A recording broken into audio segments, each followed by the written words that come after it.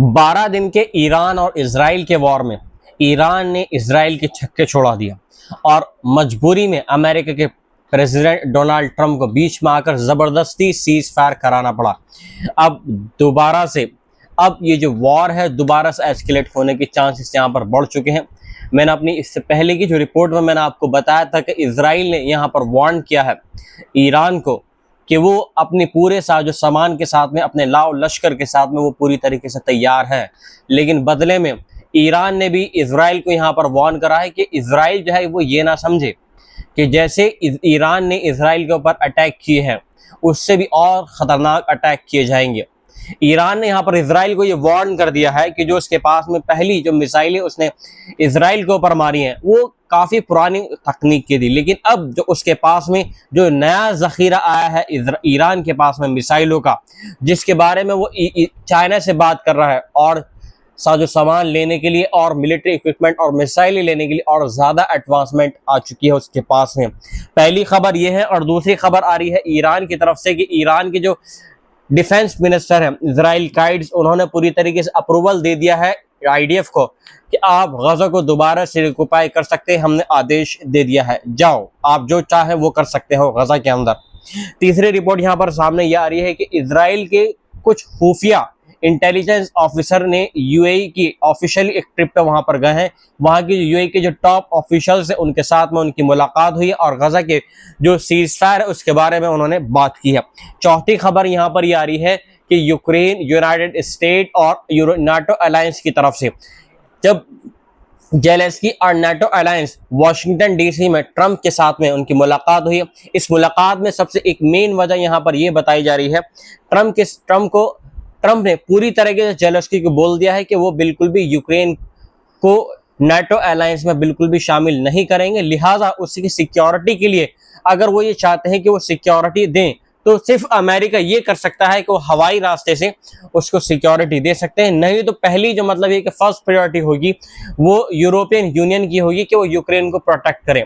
तीसरी यहाँ पर सबसे एक अहम बात यहाँ पर अब सामने यहाँ पर ये आ गई है कि अब जेलेंस्की के सामने दो ऑप्शन यहाँ पर बच गए हैं। इस पूरी मतलब ये कि खबर के बारे में हम पूरी आगे तफसील से आपको बताऊंगा। पहले खबरों की शुरुआत कर लेते हैं पूरी तरीके से। क्या खबर आ रही है ईरान की तरफ से कि ईरान ने मतलब ये कि पलटवार करा है इजराइल की बातों पर। इजराइल को एक मतलब ये कि आश्चर्यचकित कर दिया, एस्टोनिश कर दिया है इजराइल को। ईरान के रक्षा मंत्री अजीज नसीरुद्दौला ने साफ कहा है कि जंग के दौरान इस्तेमाल किए गए मिसाइल कई साल पुराने थे और अब उनके पास में उससे कहीं ज्यादा एडवांस और ताकतवर मिसाइलें अब ईरान के पास में मौजूद हैं। मतलब यह है कि चाइना के साथ में जो उसने कोऑर्डिनेट किया है, अभी लेटेस्ट जो कोऑर्डिनेट किया है और दोबारा से उसने चाइना के साथ में मिसाइलों की खरीद फरोख्त शुरू कर दी है ताकि मतलब इन फ्यूचर अगर इजराइल दोबारा से अगर अटैक करने की सोचे तो उसको पलटवार किया जा सके। इसका सीधा सा मतलब यह है कि अगर इजराइल ने फिर से अटैक किया तो ईरान इस बार और भी ज्यादा घातक हथियारों से इजराइल का जवाब देगा। हम सभी जानते हैं कि जून के बीच में इजराइल ने ईरान पर बमबारी शुरू कर दी थी जिसमें ईरान के टॉप कमांडर्स, एटॉमिक साइंटिस्ट और सैकड़ों लोग इसमें मारे गए थे। वहीं ईरान ने भी अपनी जवाबी कार्रवाई में इजराइल के जो तेल अवीव, हाइफा और जो बड़े बड़े मतलब यह है कि इजराइल के जो बड़े शहर थे वहां पर उसने अटैक किया और मतलब यह है कि इजराइल की गवर्नमेंट को आईडीएफ घुटनों पर ला दिया। यहाँ पर इजराइल बराबर ये अपने मतलब ये कि जितनी उसकी कैजुअलिटीज हुई है, जितना उसका जानी माल का नुकसान हुआ, कितने यहाँ पर लोग मारे गए, उसने मतलब ये है कि अपनी मीडिया को इस चीज के लिए मतलब ये है कि प्रोत्साहन दिया, इस चीज के लिए मतलब ये है कि बताया अपनी मीडिया को और उसको ऑर्डर दिया कि वो कुछ ना बताएं इजराइल के बारे में कि इजराइल के अंदर कितना नुकसान हो रहा है। सिर्फ 26-27 लोगों के मारे जाने की खबर सामने आ गई। लेकिन वहीं इस 12 दिन के वॉर में, ईरान और इजराइल के वॉर में, ईरान के कम से कम 400 से 500 लोग इसमें शहीद हो गए। लिहाजा अब यहां पर ईरान ने दोबारा से दो टूक बोल दिया है कि अगर इजराइल ने दोबारा से हरकत की तो उसका माकूल जवाब दिया जाएगा क्योंकि इसके पास में और ज्यादा एडवांस्ड वेपन आ गए हैं। जी हां। और अब दूसरी खबर जो आ रही है वो आ रही है इजराइल की तरफ से कि इजराइल और गजा की तरफ से, गजा के बारे में, गजा सिटी को दोबारा से रिक्यूपाई करने के लिए, दोबारा से हासिल करने के लिए इजराइल ने एक अप्रूवल दे दिया है। यानी जो इजराइल के जो डिफेंस मिनिस्टर है इजराइल काइट्स, उनकी तरफ से पूरी तरीके से अप्रूवल मिल चुका है आईडीएफ को। जी हाँ, पूरी तरीके से अप्रूवल मिल चुका है। और ये जो अप्रूवल है ये इतना खतरनाक साबित होने वाला है कि गजा सिटी के अंदर कम से कम 10 लाख लोग टेंटों के अंदर, ये मतलब ये कि टूटे फूटे मकानों के अंदर अपने एक छत के नीचे छुपे हुए हैं, अपनी जिंदगी को गुजार रहे हैं कैसे ना कैसे करके। लेकिन अब यहां पर इजराइल ने पूरी तरीके से बोल दिया है कि आपके पास में 2 महीने हैं और इन 2 महीनों में आपको जो 10 लाख लोग गजा सिटी के अंदर रह रहे हैं इनको निकालना है और कहीं इनको और दूसरे शहरों में या देशों में हमें विस्थापित करना है। मैंने अपनी रिपोर्ट में मैंने आपको बताया था कि इजराइल का अब जो प्लान है वो साउथ सूडान से बातचीत कर रहा है ताकि इस फिलिस्तीनियों को जो गजा से निकल रहे लोग हैं उनको मतलब साउथ सूडान के अंदर भेज सकें। देखिए हम लोग सभी जानते हैं कि साउथ सूडान की हालत इस टाइम क्या है। बिल्कुल मतलब ये कि गवर्नमेंट स्ट्रक्चर के हिसाब से भी और मतलब ये कि पॉलिटिकली स्ट्रक्चर के हिसाब से, और दूसरी तरफ अगर हम देखें तो मतलब ये कि एक आर्थिक रूप से भी वो काफी मतलब ये कि काफी डाउन टू अर्थ कंट्री है। वहां पर गरीबी की हालत इस कदर हो चुकी है कि जैसे गजा के अंदर इस टाइम हालात हैं वैसे ही साउथ सूडान के अंदर कई सालों से फैमाइन आ चुका है।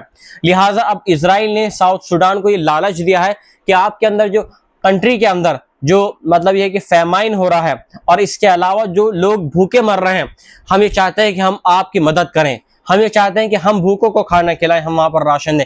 जबकि आपको तो यही काम गजा के लोगों के लिए करना चाहिए था, लेकिन नहीं, आपका मतलब यह है, इजराइल का मतलब यहां पर यह है कि आप जो है गजा के लोगों को गजा से बाहर निकालना चाहते हैं। और गजा से नहीं, फिलिस्तीन से नहीं, इजराइल से नहीं, आप उनको बिल्कुल दरबदर करना चाहते हैं, देश से ही बाहर निकालना चाहते हैं।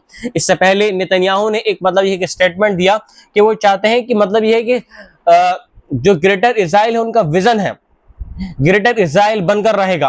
और इसकी जवाबी मतलब ये है कि जब स्टेटमेंट जवाबी इसका दिया गया, जॉर्डन ने मतलब कि कहा कि ये मतलब ये कि उसकी सॉवरेनिटी के खिलाफ है।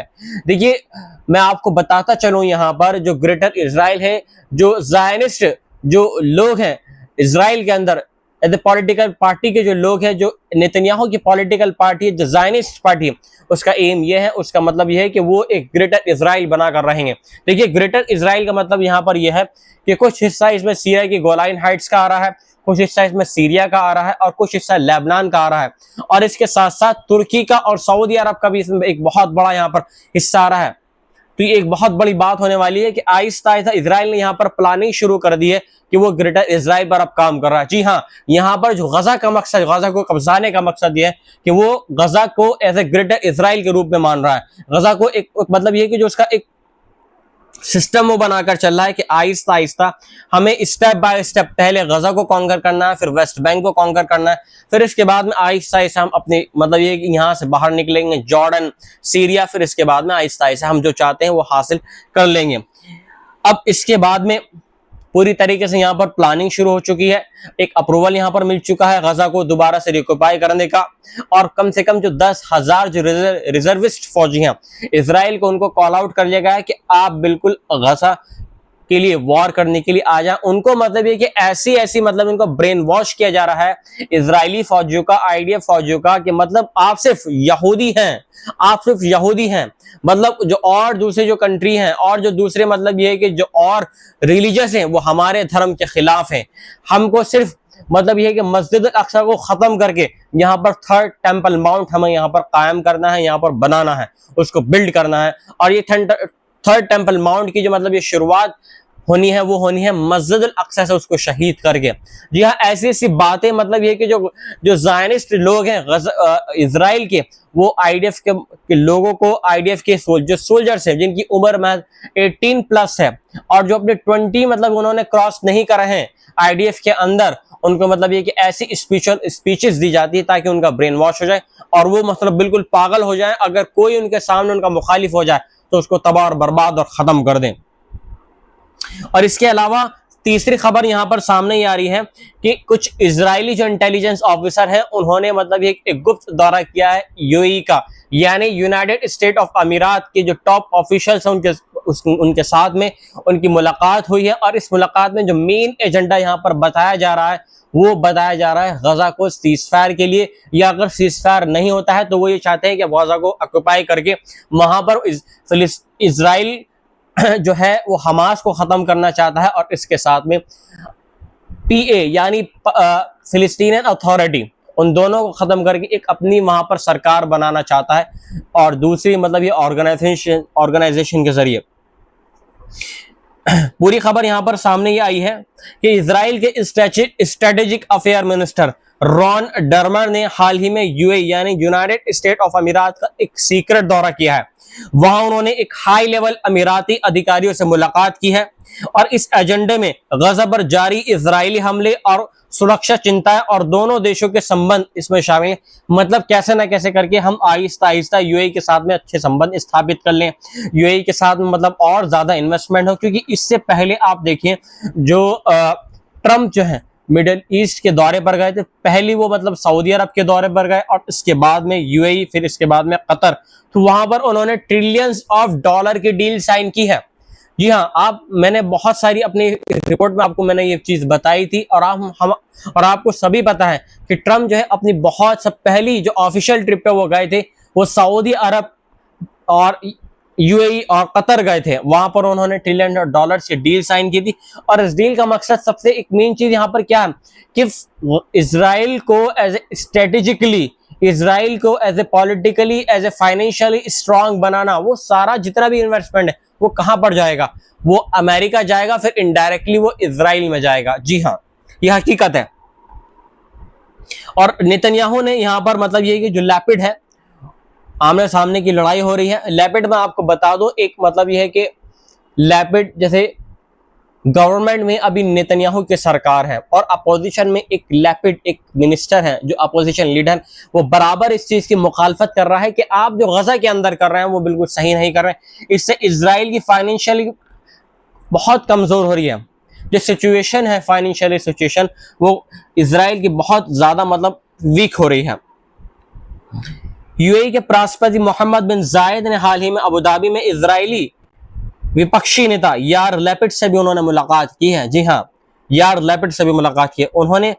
बेंजामिन नेतन्याहू के साथ बढ़ते तनाव को देखते हुए अब तक नेतन्याहू खुद यूएई नहीं गए हैं, लेकिन 2022 में अब्राहम अकॉर्ड्स के बाद में रिश्ते बहुत सामान्य हो चुके हैं यूएई के और इजराइल के। अब्राहम अकॉर्ड्स क्या है? जी हाँ, अब्राहम अकॉर्ड्स ये है जो कि अब्राहम एक प्रॉफिट गुजरे हैं जिनकी जड़ें इस्लाम धर्म में भी आती हैं, यहूदी धर्म में भी आती हैं और ईसाई धर्म में भी आती हैं। और इसी वजह से ये एक नाम तीनों ही धर्मों में कॉमन माना जाता है और इसी वजह से इसको अब्राहम अकॉर्ड्स दिया गया है कि अगर अब्राहम अकॉर्ड्स में कोई मिडिल ईस्ट की कंट्री शामिल हो जाती है तो इसका मतलब यह है कि उसने इजराइल के साथ में अपने संबंध सुधार लिए हैं, पॉलिटिकली भी और मतलब ये कि बिजनेस के लिहाज से भी उसने अपने रिश्ते बहुत स्ट्रॉन्ग कर लिए हैं। चौथी जो खबर आ रही है वो बहुत अहम खबर आ रही है यूक्रेन की, रशिया की।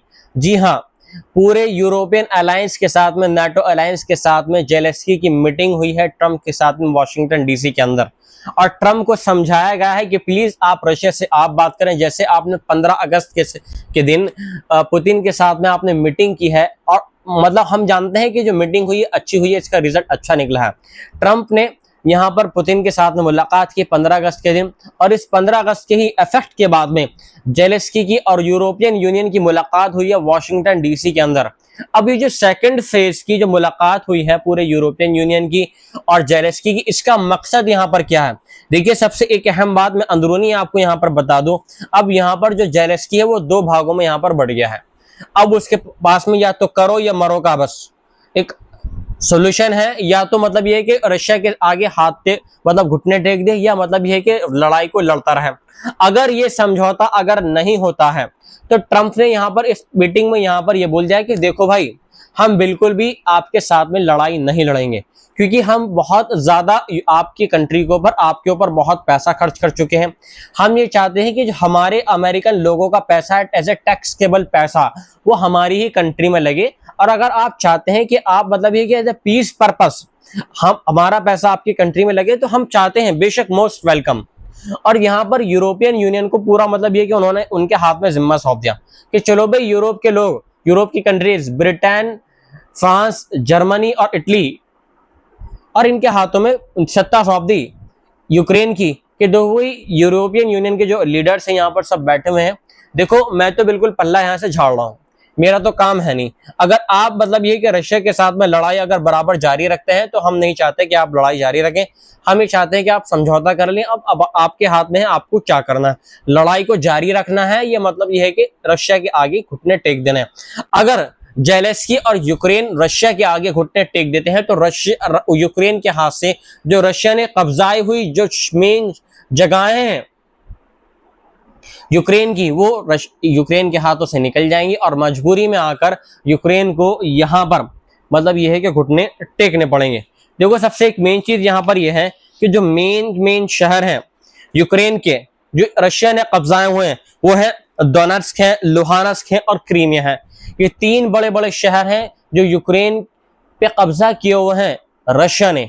अगर यूक्रेन चाहता है समझौता करना तो उसको लड़ाई को खत्म करना होगा, नहीं तो अगर इस समझौते को तोड़ना है और लड़ाई को बराबर जारी रखना है तो अमेरिका बिल्कुल भी सपोर्ट नहीं करेगा। हाँ, हवाई तरीके से, हवाई हमलों के जरिए उसको सपोर्ट कर सकता है, जमीनी रास्ते से बिल्कुल सपोर्ट नहीं करेगा। और लिहाजा हम यूरोप के ऊपर पूरी बागडोर यूक्रेन की छोड़ते हैं कि यूरोप को अब क्या करना है। लिहाजा यूरोप को उन्होंने ये आदेश दिया है कि अगर मतलब ये कि बराबर अपनी लड़ाई जारी रखते हैं तो आप जमीनी रास्ते से मतलब ये है कि आप यूक्रेन के अंदर जाकर उसकी रक्षा कर सकते हैं। लिहाजा नेटो भी यहाँ पर, नेटो अलायंस भी नहीं चाहते हैं कि वो रशिया के साथ में सीधी टक्कर लड़ें। वो नहीं चाहते हैं कि रशिया के सामने आमने सामने की टक्कर हो नेटो अलायंस की। जी हाँ, तो अब यहाँ पर जो जेलेंस्की की मीटिंग हुई है और यूरोपियन लीडर्स के साथ में वॉशिंगटन के अंदर, और ट्रम्प भी इसमें मौजूद रहे एज ए मेन, उन्होंने मतलब ये कि मीडिएटर का यहाँ पर ये काम कर रहा है और बराबर ये बोलता है कि उन्होंने 6 महीने के अंदर अंदर मतलब ये कि 6 जो वॉर है वो रुकवा दिए, सीज फायर करा दिए। लेकिन ये जो मैं अपनी बात काटकर एक गजा के दोबारा से मैं रुख करता हूं, जो गजा में और इजराइल जो अख्तियार कर रखा है उन्हें एक खतरनाक रुख गजा के अंदर, उसका क्या होगा, वो कब रुकेगा। ये जो मतलब ये छोटे मोटे तो आपने रुकवा दिए, लेकिन गजा के अंदर जो बिल्कुल 62,000 से भी ज्यादा मतलब ये है कि गजा के लोगों को इजराइल ने शहीद कर दिया, उसको कौन रोकेगा। उसको कोई नहीं रोकने का, क्योंकि मेन चीज यही चाहते हैं और इजराइल भी यही चाहता है, अमेरिका के जो ट्रम्प है वो भी यही चाहता है कि पूरे गजा के ऊपर इजराइल का कब्जा हो जाए। जी हाँ, ये थी आज की रिपोर्ट। तो 4 अहम खबरें मैंने आपको बताई पूरी तफसील के साथ में, और उनका बिल्कुल पूरा मैंने डिस्क्रिप्शन भी आपको दिया है कि क्या नेतन्याहू चाहता है पूरे वर्ल्ड के साथ में, यूरोपियन यूनियन के साथ में, और साथ के साथ में गजा के लोगों के साथ में और यूक्रेन के साथ में। मिलता हूं मैं आपसे अगली खबर के साथ में। जय हिंद।